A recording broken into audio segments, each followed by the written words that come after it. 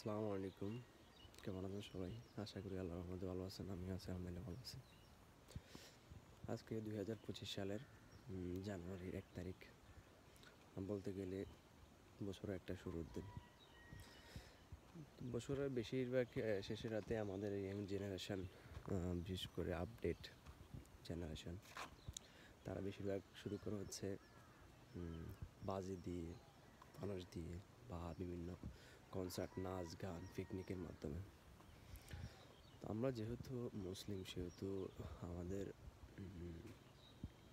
বছর শুরুটা বা শেষটা হওয়া দরকার আমাদের যেগুলা ইসলামের বা আমরা মুসলিম হিসেবে আমার ধর্মের যেগুলা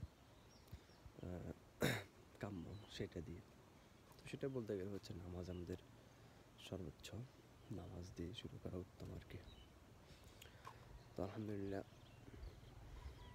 আল্লাহর রহমতে আল্লাহ তাওফীক দান করছেন যে বছরের শেষটা এবং শুরুটা নামাজ দিয়ে করছি ইনশাল্লাহ। আলহামদুলিল্লাহ, আল্লাহর কাছে লাখ কোটি শুকরিয়া আদায় করি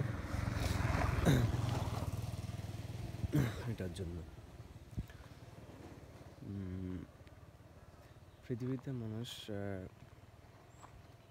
আসলে যখন গুনার পর গুনাহ করতে থাকে, তখন মানুষ ভাবে যে তারা অমর, চিরকাল অমর থাকবে বা তাদের মৃত্যু নেই, তাদের পরকাল নেই। তো সেজন্য হচ্ছে আমরা বেশি বেশি নেক আমল করার জন্য বা আল্লাহকে যেন না বলি, সেজন্য হচ্ছে আমাদের বিভিন্ন ওয়াজ নসিহত শোনা, বিভিন্ন